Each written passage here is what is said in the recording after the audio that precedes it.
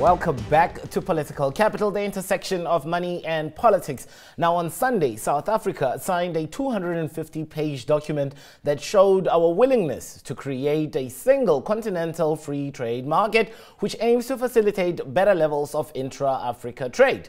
But conspicuous by its absence is one of the big daddy economies on the continent. Nigeria remains outside the tent. GIBS Professor of Economics, Finance and Strategy, Adrian Saville, joins me now to discuss the issue further. Adrian, for your time, I thank you. Let's speak about the elephant in the room. What's delaying Nigeria from taking up this free trade agreement?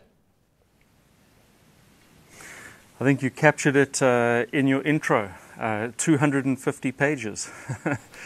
These things are complicated. They are multi-party, and they entered into or drawn up, drafted against a backdrop of a complexity of previous agreements. If you look at the basket of agreements that already are part of the region, Sub-Saharan Africa, I think it would probably be polite to describe it as a spaghetti bowl. There are agreements that reach back over multiple decades and that involve different combinations of countries, sometimes sub-regional, sometimes trans-regional, and sometimes subcontinental. But the most recent agreement is drawn up against that backdrop, not only 250 pages, but against a incredibly twisted and complex history of previous agreements. Let's touch on those, Adrian. Now, anyone who is aware of how the African continent has really dispersed itself out, if you will, following the independence of many states here, you have essentially three blocks which trade amongst themselves. You have the ECOWAS, you have the East African Community, and of course SADC. What does this agreement mean in the face of all those existing agreements? Well, I think if there could be a magical wand that sort of strikes the integration in the region, it would be to put all of that legacy into the past and make it exactly that legacy. And to put together a single coherent framework that facilitates economic integration. And I think we need to be mindful that although the conversation about integration often starts with cross-border trade of goods and services, the real effects of integration are felt and achieved chiefly through the movement of people, the exchange of information, data, knowledge, know-how, know-why, and that they manifest in the form of trade of goods and services and eventually capital flows. So I think the prospect of making the past and putting together a coherent, integrated structure would go a long way in removing a material obstacle to Sub-Saharan Africa's real growth potential. And you have some evidence of what is possible if you look at the experiences of regions or sub-regions in the recent past, the most obvious example being the East African Community, which has been very successful in neighbors finding each other and starting to pull down the obstacles to the movements of goods, services, people, capital. And you're saying that, and I'm thinking of the global context as well.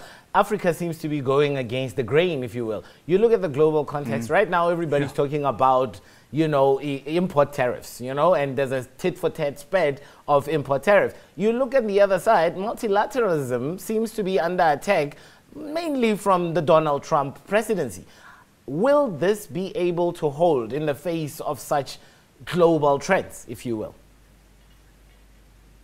You have to, hope is never a strategy, but you have to hope that this gets past the global narrative. And, the Trump wall mindset suggests that countries can become prosperous socially and economically by building walls. You're hard-pressed to find an example of any country that has become rich by shutting itself off and shutting others out.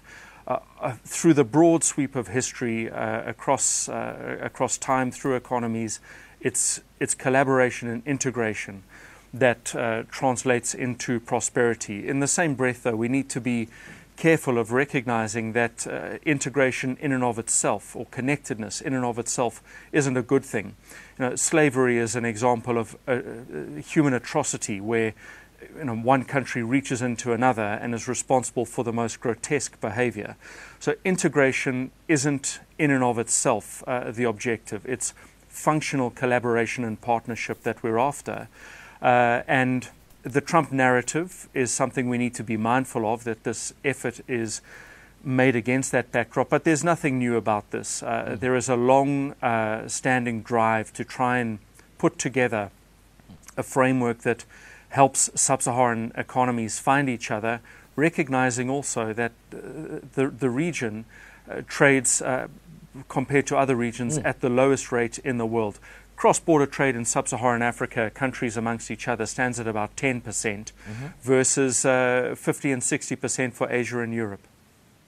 And that's exactly what I wanted to touch on now. According to the Bloomberg study, even Latin America trades at about 20%, and the only flattering number that you find for intra-Africa trade is about 17% at best. Now, is it too early to start talking about a single currency?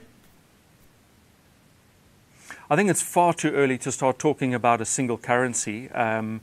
Helpfully, we have the lessons of places like the EU to show us, I suppose, what not to do or what to avoid. But single currency could be a very effective mechanism in facilitating regional connectedness and integration. And the United States is a great case in point, because really this historically isn't a single country. It's a gathering of 50 different states that come together and form a single currency and a single trading bloc. The European Union has had a much harder time because of stronger regional idiosyncrasies, I suppose starting with language differences and then cultural differences. But single currency is a great way to achieve integration in East Africa. If anyone does a single currency initiative, I would venture that East Africa is probably the bloc to look to first. Adrian, I'm going to leave you with this. I'm hoping for a short answer. Is Nigeria a winner or potentially a loser by delaying to sign on to this agreement? As it stands, Nigeria is one of the least integrated countries in the region. It does very little by way of cross-border flow of goods or services. And finding the neighborhood would be a way for Nigeria to start to build out supply chains, industrial clusters, and build economic competitiveness. As it stands, I think that they are denying themselves an opportunity.